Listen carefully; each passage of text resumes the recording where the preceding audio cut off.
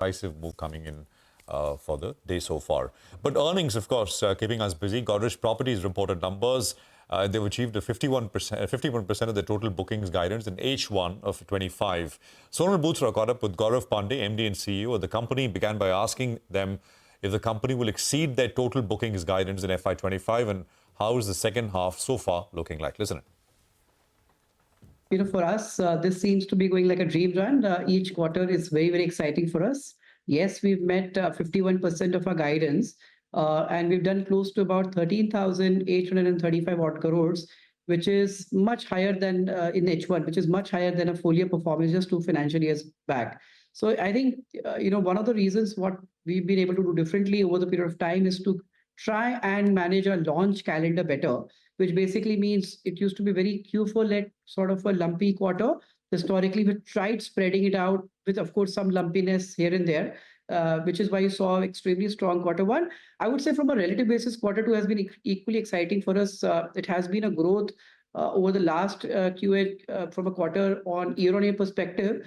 But yes, I mean, when you see from an industry perspective and all, this is a quarter which, unlike last year in Q2, we have Shraadh in Q2 this year. And that kind of takes away 15 days or so of time of the crucial part of a quarter end closing, which is why you'll see a bit of a spillover effect in quarter three for us and most developers. But yeah, I mean, otherwise, it's quite exciting. We were able to push a lot of these launches and were able to easily deliver upon other KPIs as well. Okay. The other thing is your gross development value. The addition that you had expected was around 20,000 crore rupees in FY25.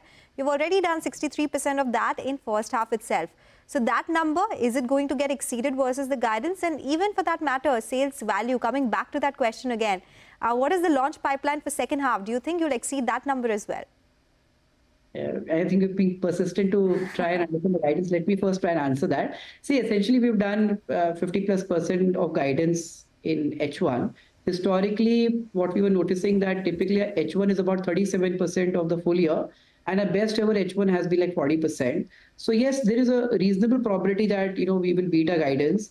We just don't want to give you a sort of a revised guidance right now, but this surely has upside risk to it.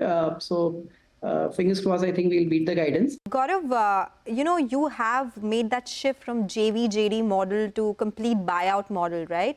How has that changed things? Has it made the lead time smaller or shorter?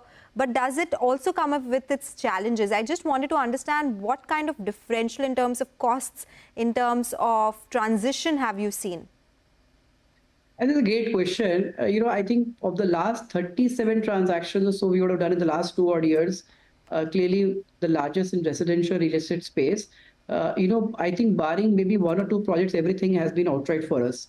And I think on one side, we've clearly benefited from the economic cycle because with the property cycle moving upward, our ability to launch and take price jump higher, the economic interest being higher in the project, we are able to clearly take that benefit to our P&L, which otherwise we would have to share it. But I think let me go a little deeper into the inherent advantages that we are noticing, especially in the current structure of how we see the market.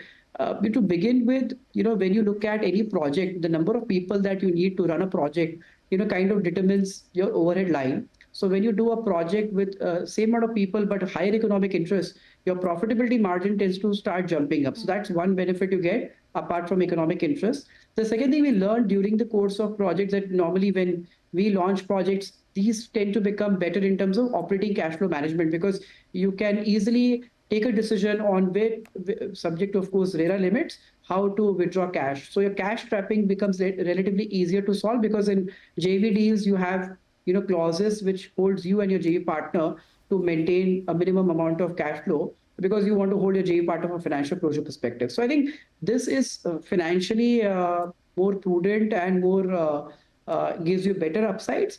And, we're clearly riding through that. And also on the market scenario right now, if you ask me, I'm not in a very big favor of JV only for this period of time. And we will, of course, continue to add selective projects because most deals that are lucrative to begin with on JV styles are revenue share deals.